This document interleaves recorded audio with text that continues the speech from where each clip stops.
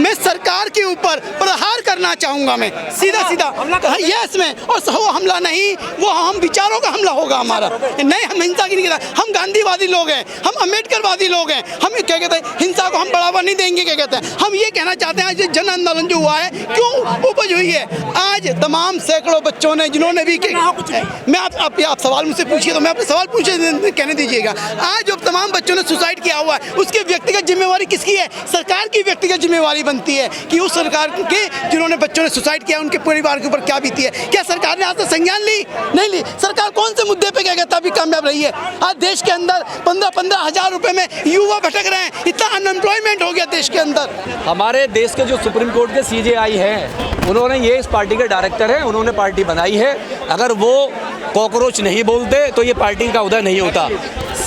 सवाल ये कि अगर ये पहले से कुछ होता, आंदोलन होता, पहले से लोग आते, पहले से कॉल होती, बहुत कुछ होता, तो शायद मैं ये एक्सीडेंटल है। लेकिन लोगों के नहीं, देखिए क्या एक्सीडेंट में कभी कभी बहुत बड़ी चीज़ निकल आती है, कभी कभी ऐसे एक्सीडेंट हो जाते हैं कि बहुत कुछ बाहर आ जाता है। तो मेरी तो दुआ है इन लोगों के बच्चों के लिए कि इस आग को ना बुझने ना दें, ये आग तेज लगनी चाहिए। लेकिन कह रहे हैं कि इनको फंडिंग कहाँ से हो रही है, और ये जो है इनके तार विदेश से जोड़े जाएंगे, पाकिस्तान से। ये इस पोस्टर में आपको फंडिंग दिखाई दे रही है। सवाल ये है कि जब इस देश में NRC आया तब भी इन्होंने यही कहा था कि फंडिंग पाकिस्तान से हो रही है, दुबई से हो रही है, देशद्रोही है। उसके बाद में जब आंदोलन हुआ, किसान आंदोलन हुआ, जो इस देश को पालते हैं, जो इस देश को चलाता किसान, जो रोटी देता है, खाना देता है, पानी देता है, अन्नदाता है, जब वो अन्नदाता अपने अधिकार के लिए रोड पे आया और उसके 700 से ज़्यादा लोग शहीद हुए, बारिश में, तूफान में, आंधी में वो झेलता रहा, तब इस सरकार ने, इस मीडिया ने उसको नक्सली पाकिस्तानी घोषित करा, आतंकवादी घोषित करा। सवाल ये है कि इन बच्चों को कल को ये आतंकवादी कहेंगे, नक्सली कहेंगे, खालिस्तान कहेंगे कि पाकिस्तान से फंडिंग आई है। ये मीडिया है, ये गोदी मीडिया है, किसी को नहीं छोड़ता है। ये जो मोदी सरकार है, ये चुनाव बढ़िया तरीके से करा लेती है और जीत भी जाती है, लेकिन ये कक्षा क्यों नहीं करवा पाती अच्छी तरीके से? देखिए, मोदी साहब को शिक्षा से बहुत डर लगता है, RSS को शिक्षा से बहुत डर लगता है। RSS का जन्म ही शिक्षा के विरुद्ध हुआ है।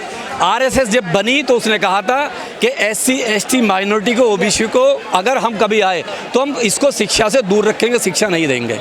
और बंच ऑफ थॉट में भी लिखा गोलविलकर ने कि मैं ऐसे संविधान को नहीं मानता जो SC ST माइनॉरिटी को अरे जब 10 साल 12 साल हो गए, देश का चौकीदार मजबूत कहता है मैं देश का चौकीदार हूँ। लोगों ने कहा, पता नहीं कहा, लोगों ने टाइटल लगा लिया, मैं भी चौकीदार, मैं भी चौकीदार, मैं भी चौकीदार। अब ऐसा बहुत कौन सा चौकीदार है जो 4-4 बार पेपर लीक आउट हो जाता है, लेखपाल का पेपर लीक आउट हो जाता है, रेलवे का हो जाता है, SSC का हो जाता है, कैट्स का हो जाता है। तो ऐसा चौकीदार क्यों चाहिए? हमें देश का प्रधानमंत्री चाहिए, ना कि चौकीदार चाहिए। मजबूत और चौकीदार भी ऐसा चाहिए जो आंखें खोल कर रखे देश का। देखिए, 5000 लोग देश से पैसा लेके भाग चुके हैं, भारत का पैसा। ये चौकीदार सो रहा था। कहाँ था चौकीदार? नीरव मोदी कितने सारे पैसा लेके लूट के चले गए, चौकीदार कहाँ है? सवाल ये है कि जिस तरीके से ये जेनजेड है, जो यहाँ यूथ आया है, अगर ये इसको अपनाएगा और RSS के विज़न के खिलाफ जाएगा, BJP से कहेगा मैं शिक्षा फ्री दो, शिक्षा मांगे ना। देखिए क्या है, प्रधान साहब का एक खाली इस्तीफा लेना इस समस्या का हल नहीं है। वो किसी और दूसरे को बिठा देंगे, कोई दूसरा गुलाम बैठेगा, वो शिक्षा पर तो वही होगा। सवाल ये है कि कानून की मांग करें, एक कहें JNGD यहाँ से कि हमें ऐसा कानून चाहिए कि फांसी की सजा हो, जो भी लीक आउट करेगा पेपर को, जो भी शिक्षा में धोखाधड़ी करेगा, बच्चों के साथ खिलवाड़ करेगा, उसे फांसी की सजा हो, आजीवन कारावास, उस पर राशुका लगे। अगर ये डिमांड होनी चाहिए। देखिए, हमारा जो JNGD है ना, ये धर्म को भी बैलेंस लेके चल रहा है। जितने भक्त बाबा बागेश्वर के हैं, प्रेमानंद के हैं, बाकी जितने बाबाओं के हैं, उसमें JNGD का भी बहुत बड़ा हाथ है। मैं दावे से कहता हूँ, अगर ये कॉल बाबा बागेश्वर धाम की होती ना, और ये कहते कि मैं आज तुम्हें स्वर्ग का रास्ता दिखाऊंगा, मैं स्वर्ग का रास्ता दिखाऊंगा, नहीं मैं तुम्हें मोक्ष का रास्ता दूंगा और तुम्हारी बेरोजगारी दूर कर दूंगा, तो यार कई लाख JNGD होता है यहाँ पे। मैं दावे से कह रहा हूँ 6 लाख। सवाल ये है कि इस ये जो जेनजेड है ना, अभी शिक्षा को लेकर सीरियस नहीं है।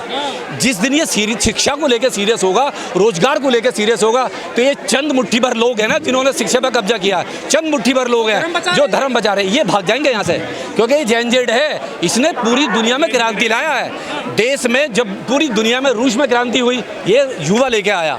दुबई में क्रांति हुई, जहाँ भी फ्रांस में क्रांति हुई है, जब भी क्रांति हुई है वो युवा लेके आया है। नेपाल में हुई है, बांग्लादेश में हुई है। तो मोदी को ले आए। अब मोदी को तो उसका भुगत भी तो रहे हैं। जब सीबीएसई बोर्ड, जिस पर पूरी भारत की नज़र थी, सीबीएसई बोर्ड को खराब कर दिया। सीबीएसई बोर्ड वाले सुसाइड कर रहे हैं, नीट वाले बच्चे सुसाइड कर रहे हैं, तो उसको भी लग रहा है कि हमने मजबूत हाथ नहीं दिया, हमने मजबूर हाथ पकड़ लिया है। आत्मनिर्भर बनेगा युवा, तो कैसे बनेगा?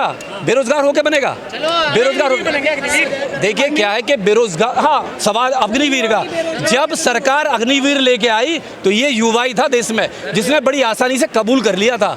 यानी जो पिछली सरकारें 30 साल की सरकारी नौकरी दे रही थी ना, 3 साल की नौकरी लेके मस्त हो गया था ये।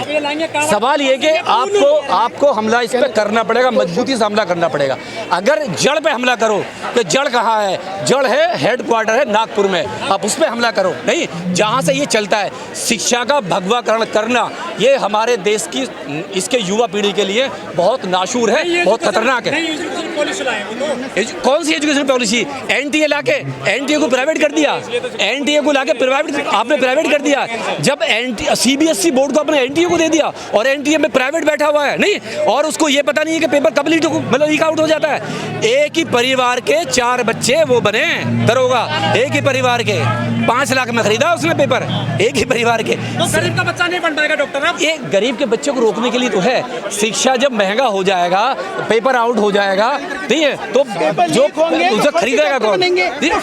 पेपर अगर लीक होंगे तो फर्जी डॉक्टर। मैं आज के चैनल के माध्यम से मैं कहना चाहूँगा और सीधा मैं सरकार के ऊपर प्रहार करना चाहूँगा। मैं सीधा यस में, और वो हमला नहीं, वो हम विचारों का हमला होगा हमारा। नहीं, हम हिंसा की नहीं कहता, हम गांधीवादी लोग हैं, हम अम्बेडकरवादी लोग हैं। हम क्या कहते हैं, हिंसा को हम बढ़ावा नहीं देंगे। क्या कहते हैं, हम ये कहना चाहते हैं आज जन आंदोलन जो हुआ है, क्यों उपज हुई है? आज तमाम सैकड़ों बच्चों ने, जिन्होंने भी, मैं आप सवाल मुझसे पूछिए तो मैं अपने सवाल पूछे कहने दीजिएगा। आज जो तमाम बच्चों ने सुसाइड किया हुआ है, उसकी व्यक्तिगत जिम्मेवारी किसकी है? सरकार की व्यक्तिगत जिम्मेवारी बनती है कि उस सरकार के, जिन्होंने बच्चों ने सुसाइड किया, उनके परिवार के ऊपर क्या बीती है। क्या सरकार ने आज तक संज्ञान ली? नहीं ली। सरकार कौन से मुद्दे पे क्या कहता अभी कामयाब रही है? आज देश के अंदर 15-15 हज़ार रुपए में युवा भटक रहे हैं। इतना अनएम्प्लॉयमेंट हो गया देश के अंदर। हेल्थ पे लेकर ये सरकार विफल रही है, एम्प्लॉयमेंट पे लेकर सरकार विफल रही है।